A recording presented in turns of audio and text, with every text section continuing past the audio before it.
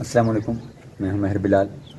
ہمارا اردو ذخیرہ الفاظ وکیبلری کا سلسلہ جاری ہے، جس میں ہم الفاظ کا تلفظ، بناوٹ، ان کے لکھنے کا طریقہ، اس کے معانی، اس کے متشابہ الفاظ، تجنیس اور ہم آواز الفاظ کے بارے میں پڑھتے ہیں۔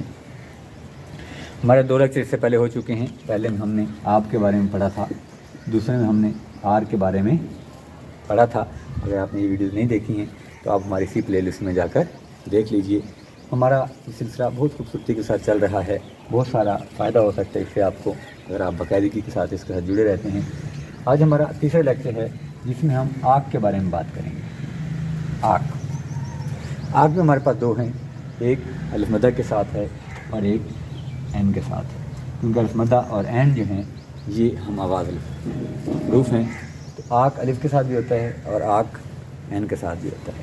لکھنے کے لیے الف مدہ جو ہے وہ ہمارے پاس عرشی حرف ہے، اس پہ وہ لائن کے ساتھ ہلکا سا ٹچ کرے گا، اور کاف جو ہے یہ بالکل بے کے جیسے ہی لکھا جائے گا، جیسے ہم بے کو لکھتے ہیں۔ آپ اس کو لائن کے اوپر لکھیں گے کیونکہ یہ فرشی ہے، اور اس کے اوپر تھوڑا سا آپ ایسے سیدھا سا جو ہے وہ ڈنڈا بنا دیں گے کاف کا۔ اس طرح سے جب آپ آنکھ لکھیں گے، اس میں جب عین بناتے ہیں تو یہ حمزے کے جیسا ہے، اس کے آگے آپ الف بنا دیتے ہیں، یہ اس کا سرا ہوتا ہے جو جوائنٹ ہے، الف اور عین کے بیچ میں یہ جوڑ ہے۔ اور آگے قاف ہے، قاف جو ہے ہمارے پاس وہ بالکل لائن سے آدھا اوپر اور آدھا نیچے ہوتا ہے۔ جتنے بھی گولائی والے حروف ہیں وہ سارے کے سارے ایسے ہی لکھنے ہیں، آپ نے اس کی پریکٹس کریں جو نئے ساتھی ہیں، تاکہ ان کو ساتھ ساتھ لکھنا بھی آ جائے، ساتھ ساتھ بولنا بھی آ جائے۔ آنکھ اور یہ بھی آنکھ، دونوں کے دونوں متشابہ ہیں بالصوت، یعنی دونوں کی آواز ایک جیسی ہے، مطلب الگ الگ ہیں۔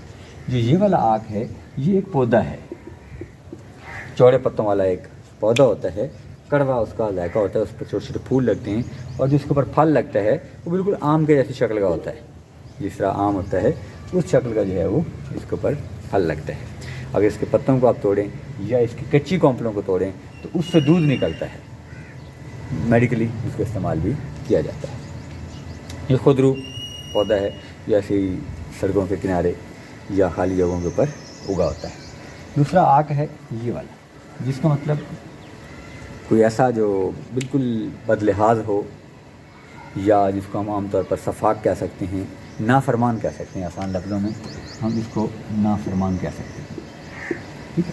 اس کا درس آپ کہتے ہیں آنکھ نامہ، اس کے محاورے میں استعمال ہوتا ہے آنکھ نامہ، مطلب کسی کو نافرمانی کی وجہ سے اپنی جائیداد سے، اپنے رشتے ناتوں سے الگ کر دینا آنکھ نامہ کراتا ہے۔ اس طرح سے آنکھ کرنا، ٹھیک ہے، آنکھ کرنا بھی یہی ہوتا ہے کہ کسی اولاد کو نافرمانی کی وجہ سے اپنی جائیداد سے بے دخل کر دینا، اس کو آنکھ کرنا کہتے ہیں، ٹھیک ہے۔ اکثر آپ اخبارات کے اندر آنکھ نامہ پڑھتے رہتے ہیں، وہ یہ والا آنکھ ہوتا ہے۔ یہ والا آنکھ الگ چیز ہے، یہ آنکھ الگ چیز ہے، دونوں کا فرق جو ہے وہ آپ ذہن میں رکھیے۔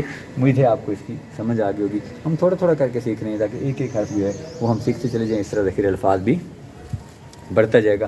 جب آپ کو آگ لکھنا آ جائے گا پھر آگ آپ لکھ سکیں گے، ٹھیک ہے۔ آگ بھی اسی کے جیسا ہی لکھا جاتا ہے، صرف ایک ڈنڈا اور آپ نے ڈال دینا ہے، ٹھیک ہے۔ آگ لکھ لے تو آپ کو بھی ایک حرف بدل بدل کے آپ اور الفاظ بھی بنا سکتے ہیں۔ امید ہے آپ کو یہ ساری چیزیں